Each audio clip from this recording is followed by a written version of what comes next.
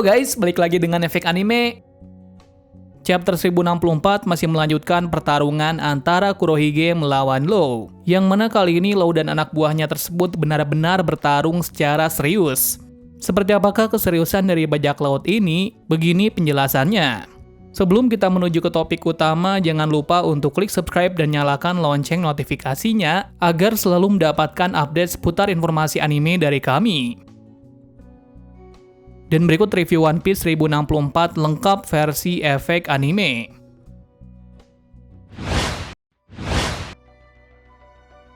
Awal chapter kita langsung disuguhkan suatu fakta yang sangat mengejutkan, bahwa Oda sudah mengkonfirmasi bahwa Aokiji sudah menjadi bagian dari bajak laut Kurohige melalui lanjutan cover page dari Germa.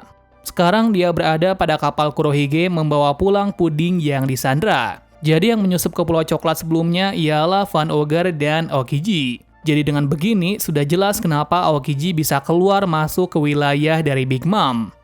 Scene berlanjut dari Law yang bertarung 1 lawan 1 dengan Kurohige. Di sela-sela pertarungan itu, Law meminta anak buahnya menuju ke arah pantai. Mendengar perintah itu, Sachi dan Penguin langsung menuju ke sana. Tentu saja Kurohige tidak membiarkan begitu saja, namun Law juga tidak tinggal diam dan menggunakan jurus awakening-nya.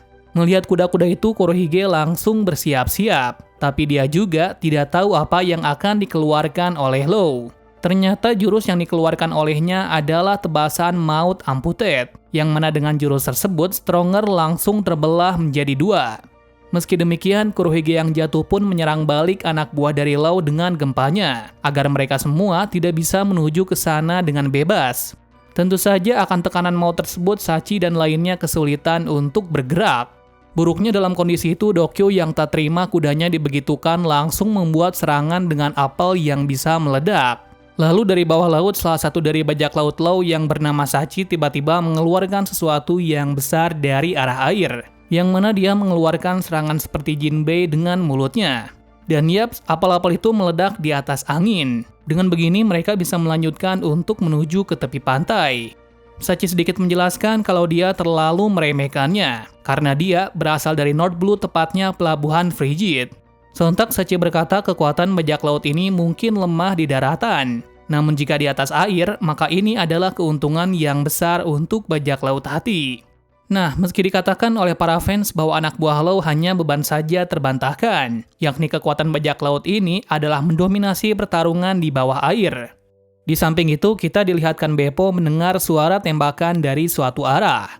Dia langsung meminta Jeanbart untuk melindungi Law dari belakang. Dan ternyata benar, Van Ogre menembak Law dari arah yang lumayan jauh. Ogre sedikit terkejut bahwa kelompok ini cukup kompak rupanya. Sekarang Law yang mendapat perlindungan di belakang, dia sudah mendapat kesempatan yang pas untuk menggunakan kekuatannya. Tanpa pikir panjang, Law pun langsung membacok Kurohige sampai menembus arah belakang. Dan tentu saja hal itu membuat Kurohige terkejut dan kebingungan, karena dia tertusuk tapi tidak berdarah. Lalu tak lama kemudian barulah jurus yang membuat Big Mom sampai muntah darah ini bekerja. Jreng, Kurohige langsung terluka sangat parah di bagian dalam tubuhnya sampai matanya memutih. Tentu melihat hal itu, Ogre langsung menteleportasinya ke tempat yang aman. Dia menjelaskan bahwa yang dilakukannya sangatlah ceroboh. Dia juga bertanya apakah sekarang waktunya untuk mundur. Dengan muka yang penuh darah dari hidung dan mulutnya, Kurohige dengan tertawa bahwa ucapannya itu sangatlah bodoh. Sekarang adalah saat yang tepat untuk maju. Setelah itu, Law baru menyadari bahwa semua eksekutif adalah pengguna buah iblis. Dengan muka tersenyum, Law mendapat ide yang sangat penting. Untuk mengalahkan bajak laut ini, setidaknya dia harus menenggelamkannya ke laut. Sebaliknya, Kurohige mencelanya balik bahwa itu bukanlah kekurangan melainkan kelebihan. Scene berpindah dari arah laut. Saat ini entah bagaimana tiba-tiba saja kapal Kurohige menerima ledakan yang besar dari arah bawah. Ini adalah ulah dari Sachi dan lainnya yang mereka katakan sebelumnya, yakni mereka sangat kuat bertarung di bawah. Terus di dalam kapal, tepatnya di bawah ruangan, kita dilihatkan puding sedang dikurung. Para penjaga itu menegaskan meski diserang seperti itu, semua ini akan berakhir sebentar lagi, lantaran para komandan sangatlah kuat.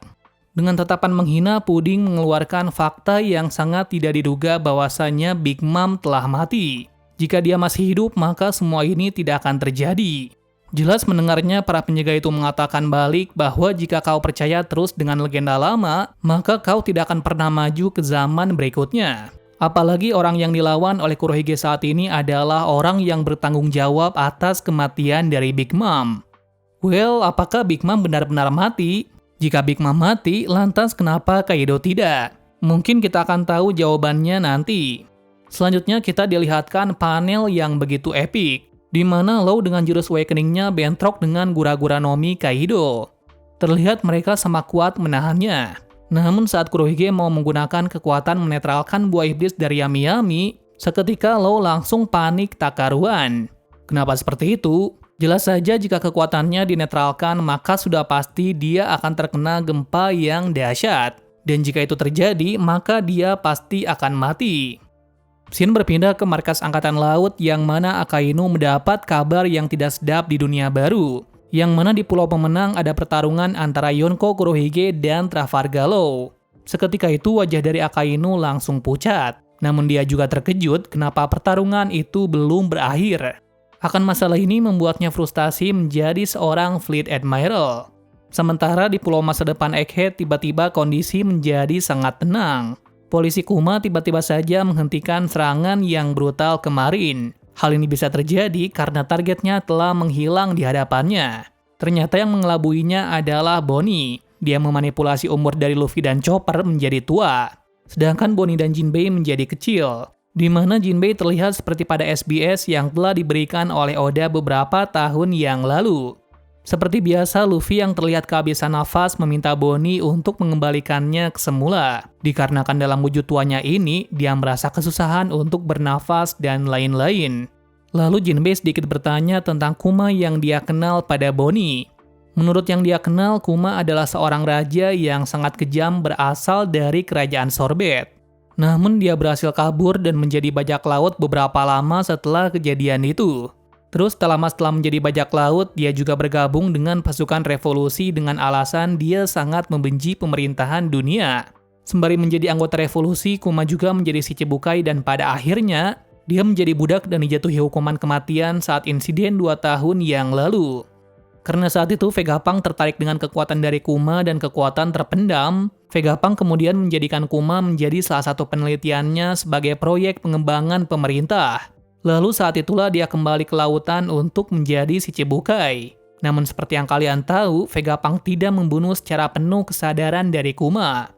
Kemudian Bonnie mencela dia tak masalah ayahnya dijadikan kloningan atau si Chichibukai. Namun ia tak terima jika ayahnya secara penuh diubah menjadi robot. Jika ia sudah tahu dari awal, maka siapa yang akan percaya hal itu? Jinbei berkomentar sebenarnya kejahatan apa yang dilakukan oleh Kuma sampai dijuluki Tyrant.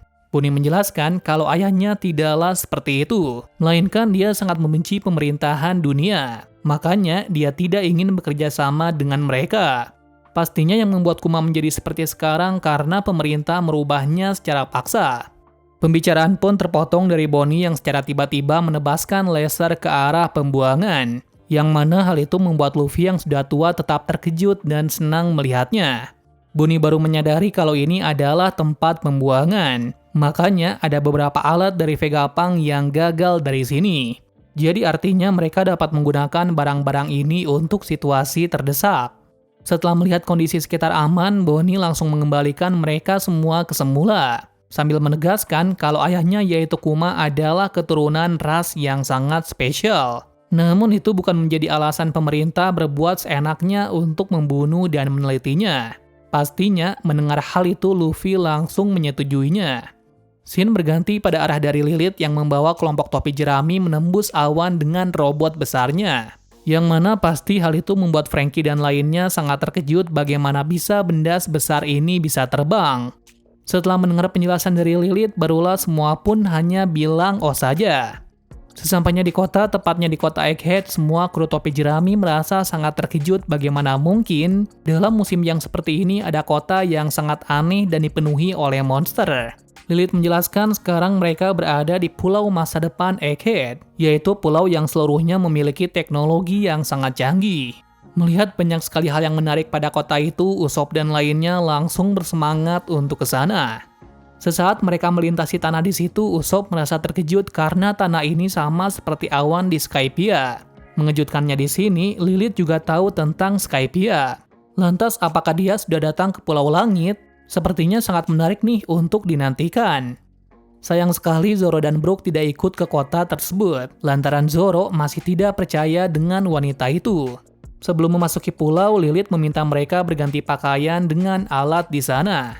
Semua sangat terkejut karena mereka bisa berganti pakaian dengan cepat dan bagus. Terutama kostum yang dipakainya sangat futuristik dan sangat keren dan ringan. Kemudian di panel terakhir kita diungkapkan informasi yang sangat mengejutkan, yakni Chaka Vegapunk nomor 1 sedang menghubungi seseorang. Tak lain yang dihubunginya sekarang adalah petinggi dari pasukan revolusi yaitu Monkey D. Dragon. Chaka memberitahunya bahwa sebentar lagi kemungkinan besar dia akan mati. Pastinya Dragon merasa bingung dengan apa yang dikatakannya. Dan di akhir kalimat, Chaka meminta Dragon untuk mendengarkan hal terakhir yang ingin disampaikannya. Apakah itu? Sepertinya Dragon dan Chaka memiliki ikatan. Namun belum jelas apakah ikatan yang dimiliki oleh mereka berdua.